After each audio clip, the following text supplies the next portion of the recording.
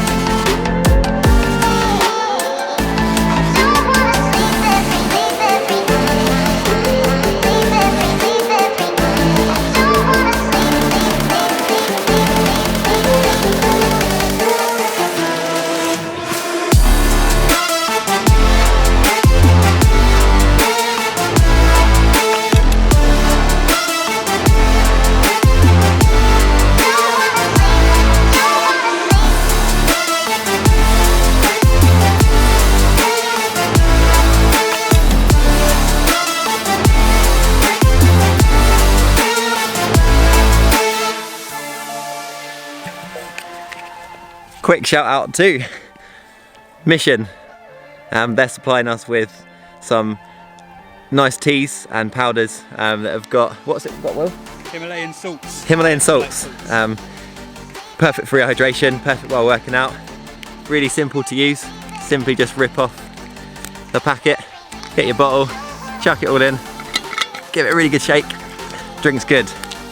Thanks Mission. Thumbs up. Let's get back to our workout.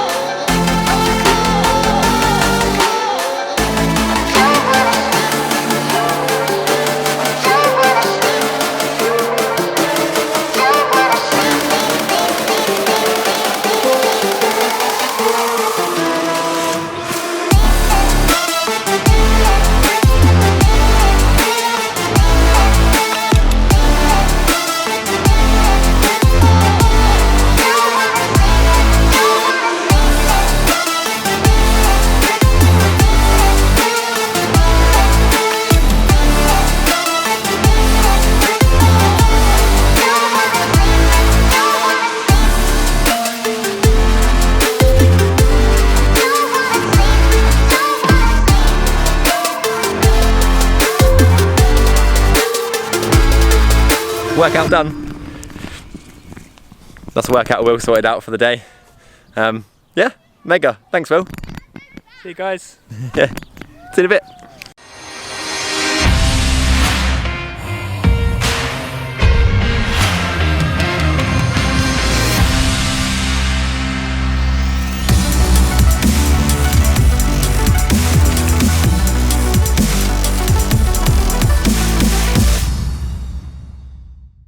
So sorry that I've not been posting on my vlog for probably, I think 2 weeks now. I've not put a proper post up. It's because I've just been so busy that I've not managed to have a chance to catch up on video editing and actually recording my vlog, which is a bit pointless because that's the whole idea of a vlog, is to kind of document my kind of week. But today I'm back on it. I've had a really good week or so. Been having some really cool meetings with new sponsors, and hopefully that they all come to fruition in terms of a deal for 2021. So I've just got back from a workout with Will. We've managed to been doing some face-to-face every other week, just catching up and actually doing a face-to-face workout, which has been really fun. Proper killed me. It was pretty intense actually, because we just didn't stop. We did nearly a 5k run. My bladder fell through. I needed to go for a wee, which is annoying.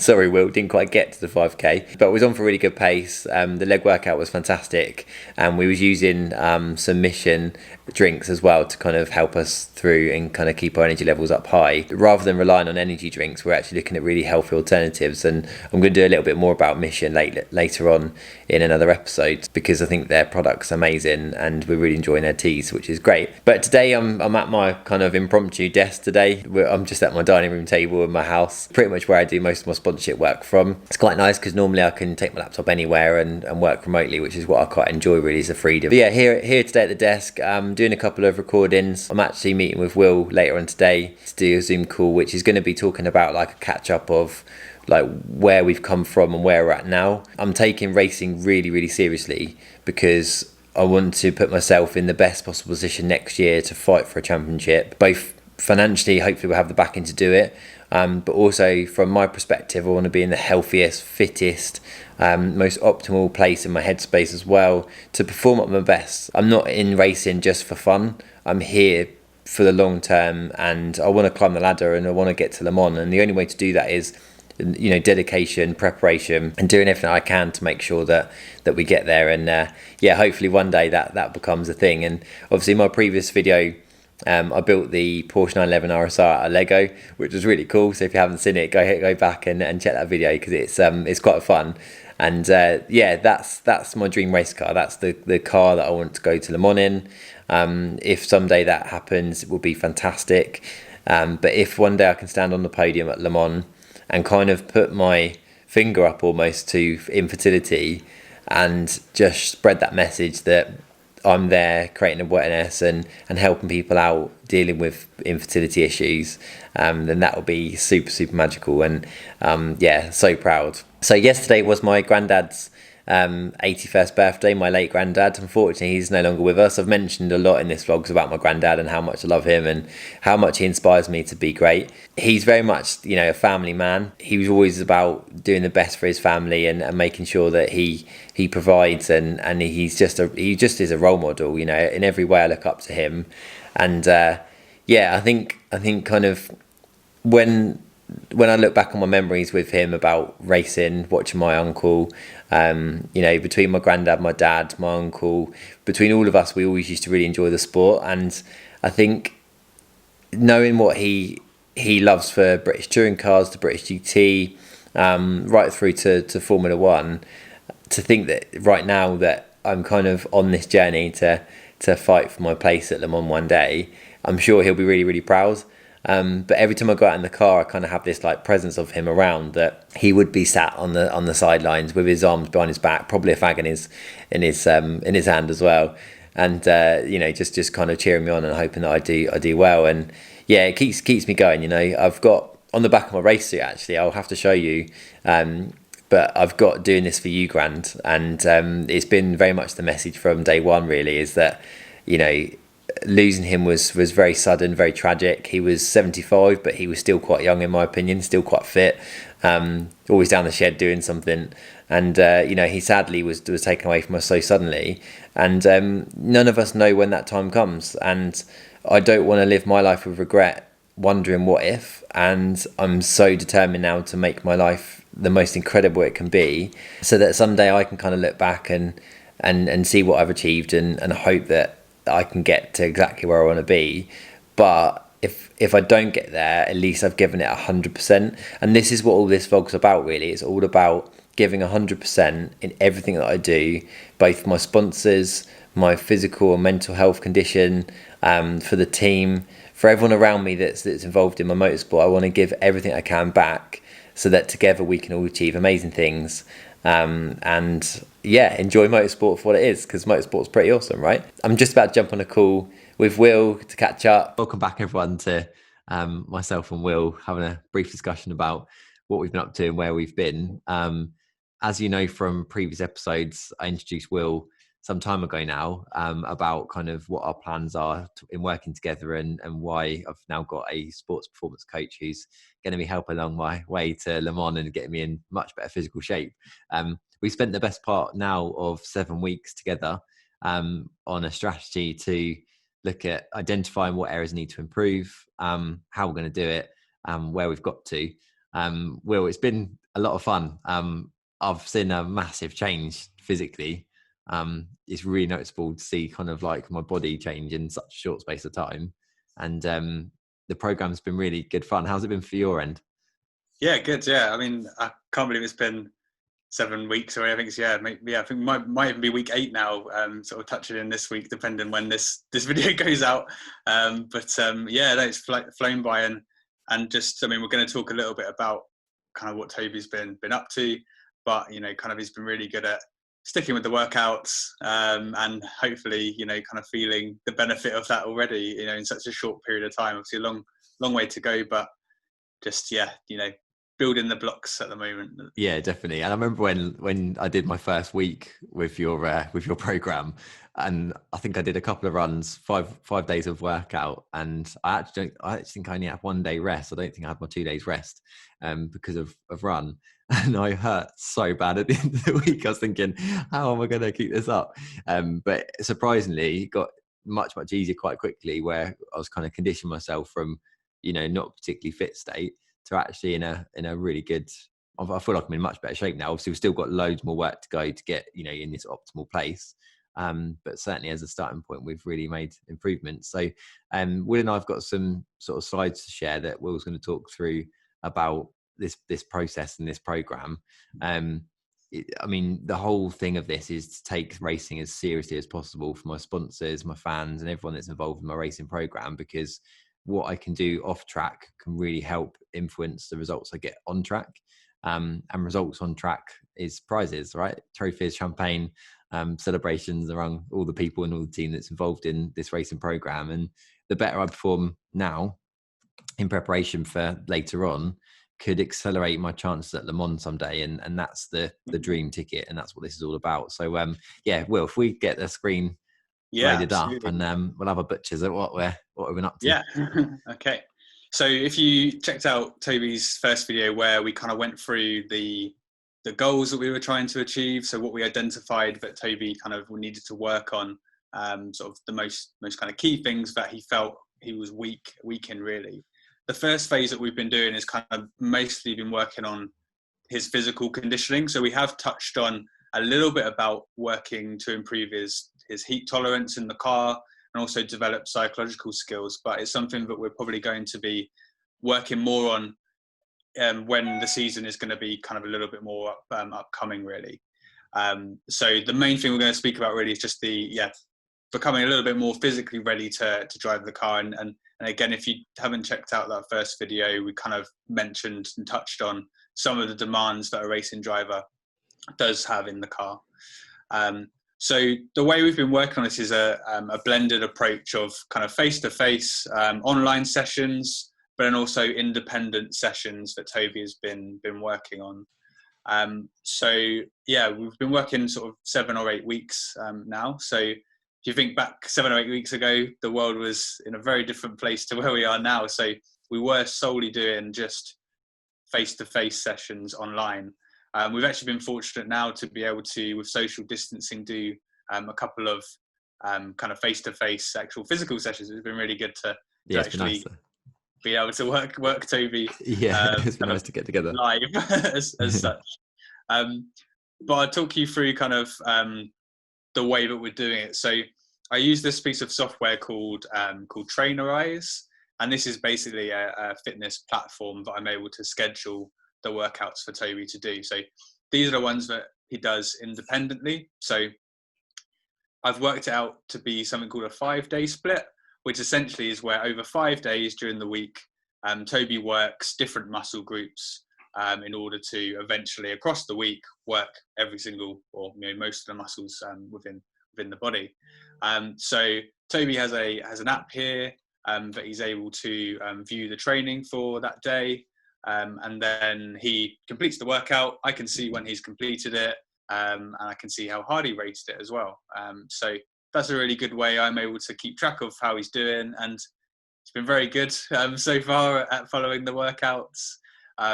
So yeah, that's as a trainer, that's always great. It's the most important thing. I think that's one of the ways that we are really seeing kind of improvements quite quickly, is that Toby is sticking to the workouts that I'm prescribing, and able to see the benefit from that. And then in terms of kind of cardiovascular fitness, I've been asking Toby to run at least kind of once per week. For the moment, we're not really kind of trying to hit the cardio goals at the moment. We're going to be working on that towards the more sort of in the winter and leading into next season. So at the moment, we're in kind of a base strength and conditioning stage. So I'm just kind of getting Toby in a position where he's not going to get kind of injured if we start doing some more intense exercises.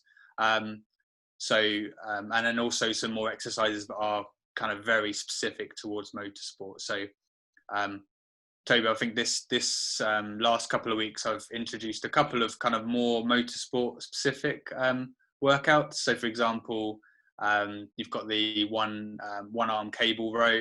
So single arm cable row. How have you been finding those? Yeah, definitely. I mean, they're definitely kind of up in the effort to get them done. The kind of one armed and one legged exercises that you've been putting in have been noticeably difficult in terms of a step up. But it's really cool to see, to have that put in there really, because it is more specific to kind of the car racing that I'm looking to do.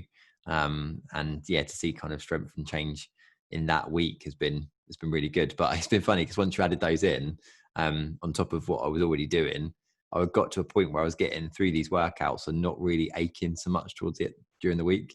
But now you've added them in, certainly it's been, I'm aching again. So I'm definitely doing something. And it's just mad. I mean, just from kind of following the app, it's been quite enjoyable using the app because it gives me kind of structure and it just helps me be more disciplined.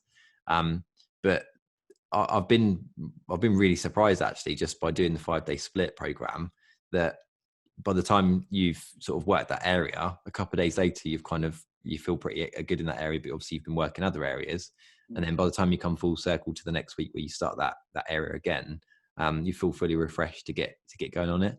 But the sort of transformation in terms of muscle definition that I've been seeing is quite remarkable, considering it's just one muscle group a day essentially. Yeah, absolutely. Yeah, I mean, this was the approach that I thought would work best for your schedule, because there's other ways you could do this. You could work do a whole body exercise sort of each day, or mix that in with isolation exercises. But I kind of thought at the moment for this stage it's quite good. It's going to vary the workouts that you're doing, so it's going to improve your adherence to them, and you're not going to get a little bit kind of bored with them, because by the time the next week comes, you've kind of forgotten about the exercises that you've done, and you're like, oh, it's back to this kind of session again. And I think from some of your comments on the sessions, I think you have enjoyed some of the workouts quite a lot, actually, haven't you? Yeah, they've been really good fun. There's some I've enjoyed more than others, but yeah, they've been really enjoyable. And the sort of 35-40 minute time that they take to do feels about right. Some days it is really, really tricky to fit them in, combined with my job and meetings and all the other fun stuff. But because I enjoy them, it just feels quite natural just to kind of make that time to do it. And I've only missed, I think, one session. We'll go in more detail in a little while, but it's all good, Will. I'm really happy. Yeah, absolutely. Yeah. So as Toby just mentioned, you've only missed one session in sort of 7 or 8 weeks, which is really impressive. So that's exactly what we want, really, is if you keep hitting the sessions, you're going to keep progressing, because whenever you're kind of rating that the sessions are feeling a little bit easier, I kind of then readjust the training to kind of increase that difficulty. So you're never really kind of plateauing. You're hopefully going to keep improving and improving. Toby's been able to do all these exercises at home, but then the sessions that we have done, the last couple of sessions we've done actually face to face, physically, I've been able to bring some more of my equipment with me, and we've been able to get an even harder session involved, really. So that's kind of how we're structuring the program, really. This graph here is something called training load. So this is basically quantifying how much work Toby is doing per session and per week. So you've got this scale on the left-hand side. This is your rating of perceived exertions. This is how hard Toby is rating the session to be. So it goes from 0 to 10. So 10 being, the absolute hardest session that you've ever done.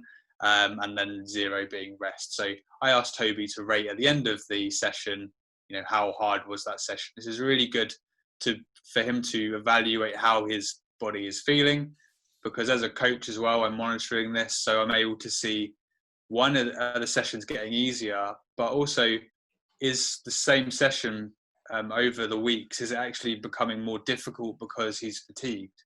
So we're really able to, kind of, this is my way of just checking on Toby that he's doing enough work, also that he's not doing too much work. So you can see on these orange bars here, this is week number. So we've got up to week 7 on here. So to work out this number here on the chart, you take the session rating and multiply that by the time that the session took.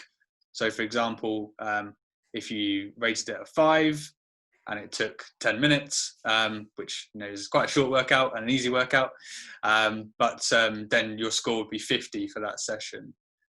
So then what you do is you quantify all the sessions over the week, and then it gives us this bar here. So you can see kind of the first few weeks were fairly consistent in terms of training load, not too much difference between those numbers there. But then week 4, there was a slight little drop off with the training load.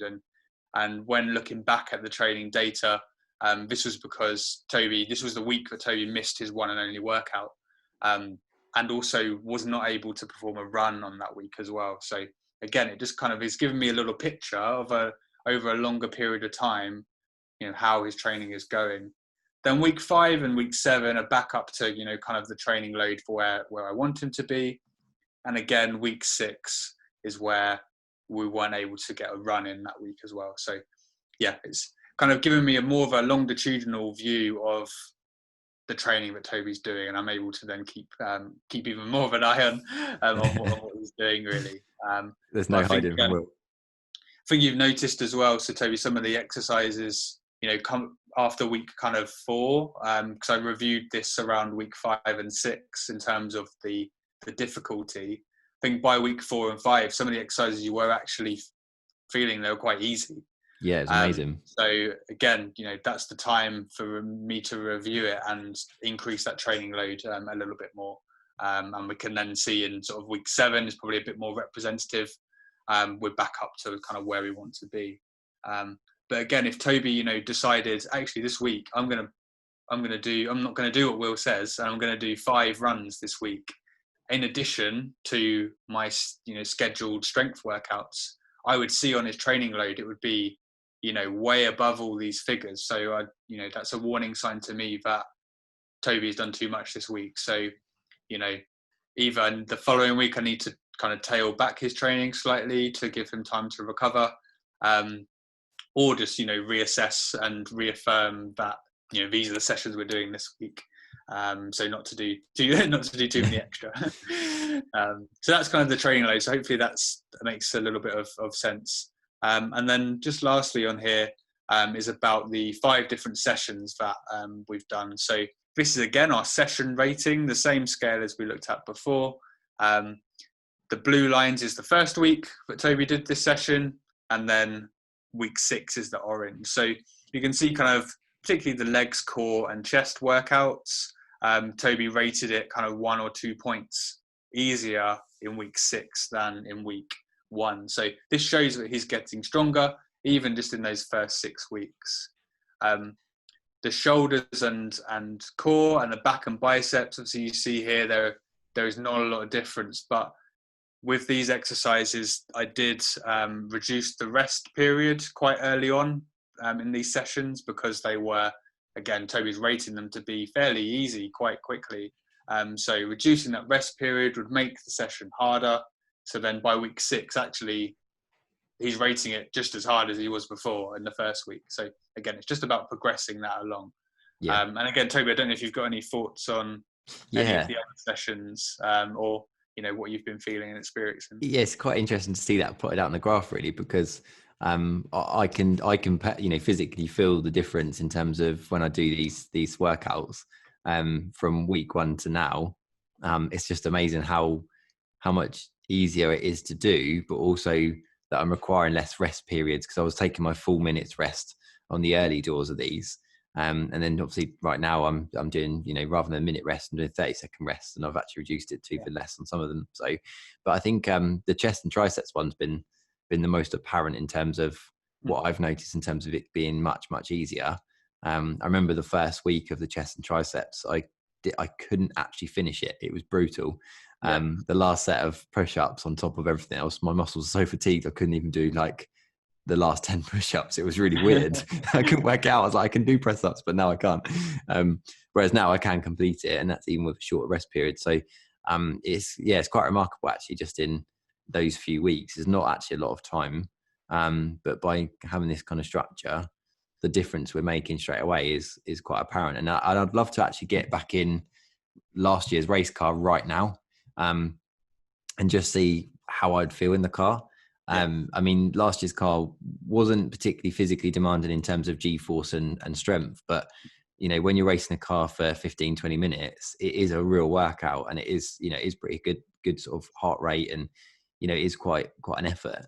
But it'd be really interesting to see how I'd feel on kind of like a scale of 1 to 10 now driving the car. And absolutely, hopefully in the future, mate, that'll be something we can start measuring. But no, it's been a proper cool program, and I'm really looking forward to what's next, really, in kind of the next phase, and as we sort of step towards 2021 and our future plans together.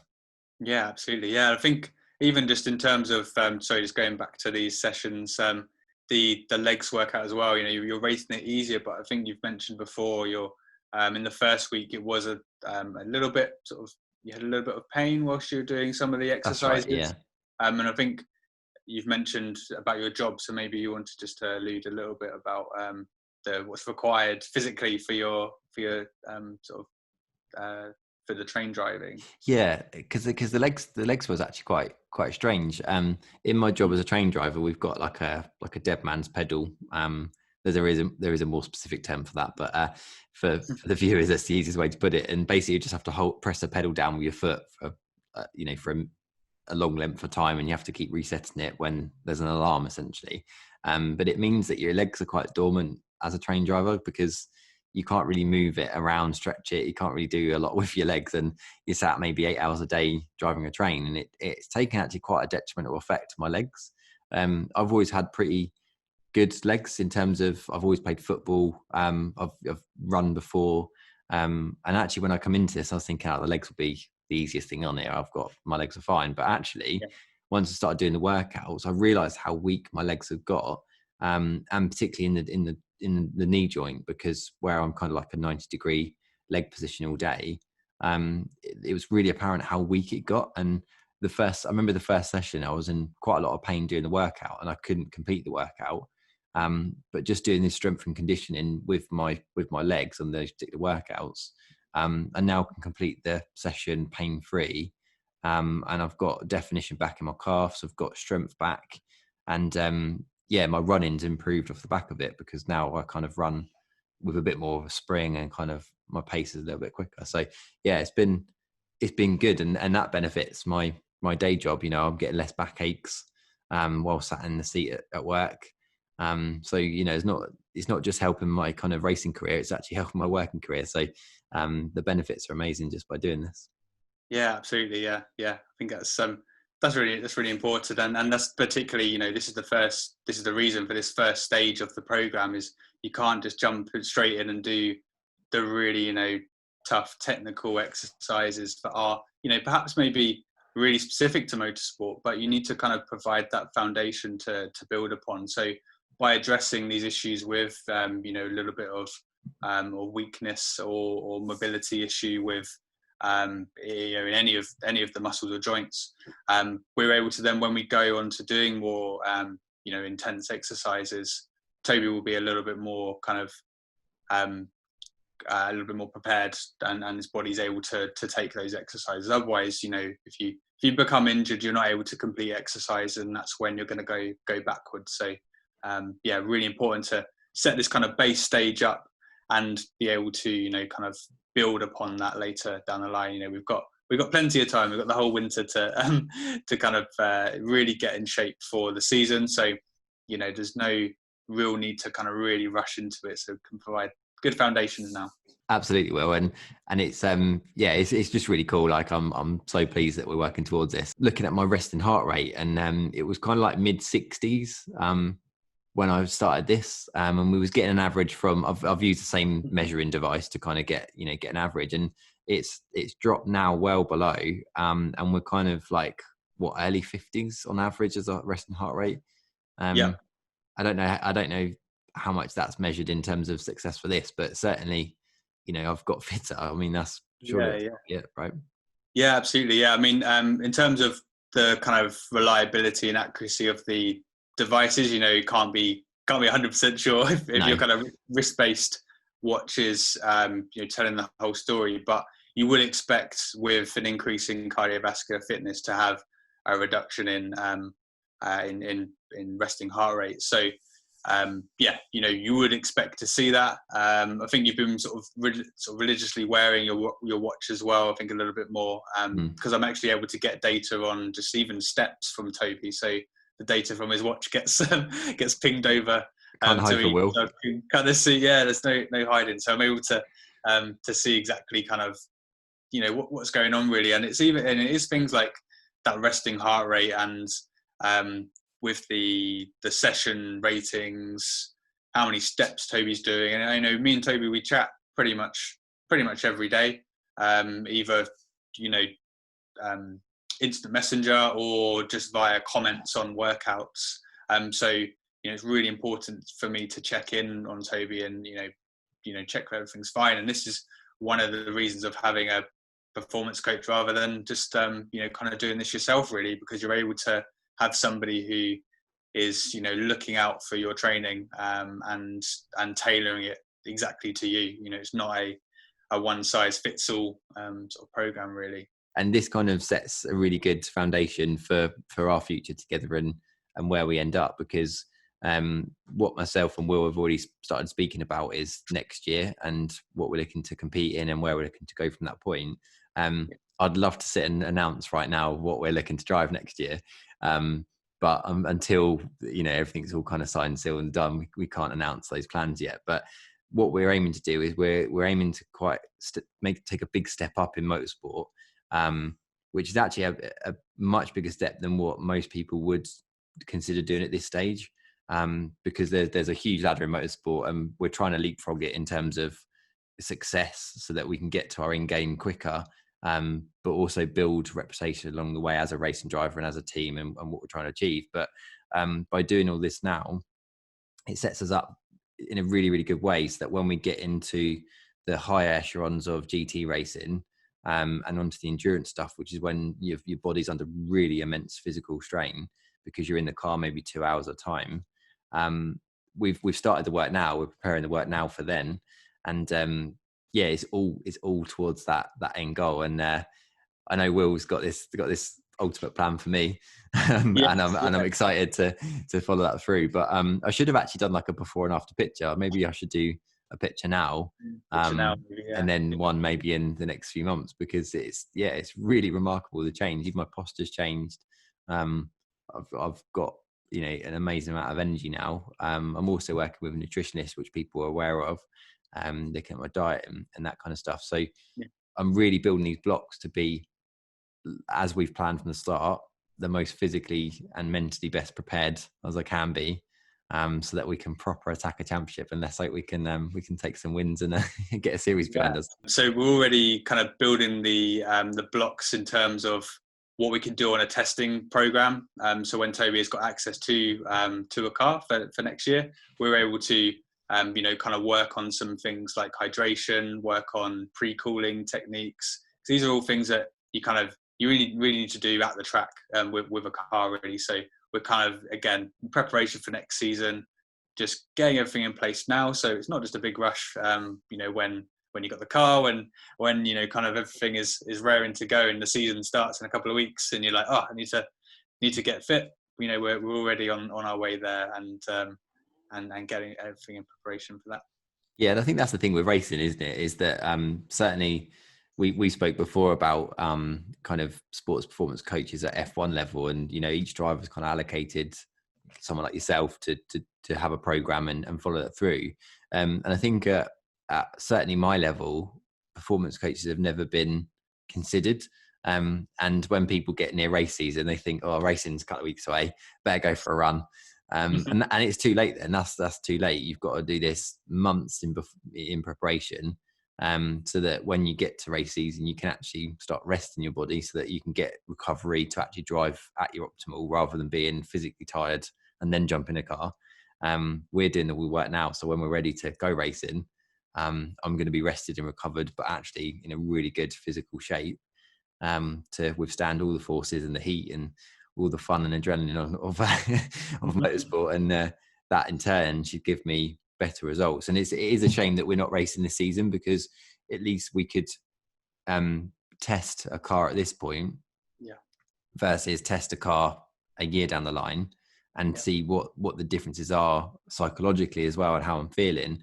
But we haven't got that luxury, so we're going to have to just rely on the fact that my memory from old to where we end up in this much quicker car, I'm sure I'm going to notice. But yeah, I'm looking forward to it, and I'm sure there'll be many episodes where myself and Will, you'll see us getting up to bits and bobs, and we've got some cool stuff planned over the winter, more cardio based stuff, and I'm sure I'll carry the camera along for that for some footage, I'm sure. But no, Will, I'm so grateful for your help, mate. It's been amazing working with you so far, and yeah, let's make the future really awesome. Great. Yeah, thanks, Toby. Thank you. Thanks for tuning in, guys. It is just a quick update, but I really, really want to know from you what you would like to see, because it'd be interesting to hear in the comments, what you've enjoyed so far, what you'd like to see more of. Is there an element in my life that you'd like to kind of see more of? Yeah, I'm just curious to know, because I think there's some nice subscribers now. We've got a nice little community of people, and I really, really appreciate your support, because without your support, I wouldn't be doing this YouTube channel at all. So thanks for tuning in, and thank you for watching. It's been a massive learning curve doing the vlog. I'm learning a lot with video editing and how to record and how to make everything look good. It's certainly not easy, but I'm enjoying it, which is cool. And so today's jam-packed, full of meetings. I've then got a sponsorship meeting around lunchtime, so I'm really looking forward to catching up with the guys there about this potential proposal for 2021.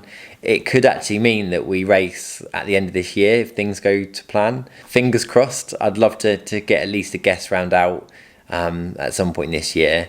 It's really sad that fans still can't be at the track. We're kind of reliant on TV to kind of enjoy motorsport at the moment, which is a little bit annoying.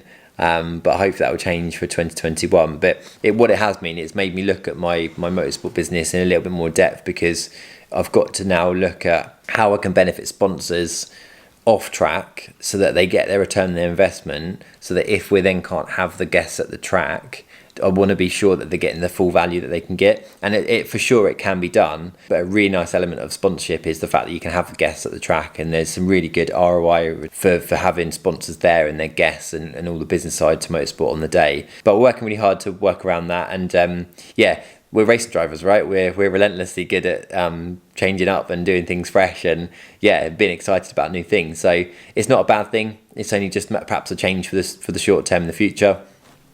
But racing's so cool. I say it all the time because I love it. Yeah, have an awesome day, and drop me in the comments and say, hey, it'll be good to hear from you. But we'll catch you soon.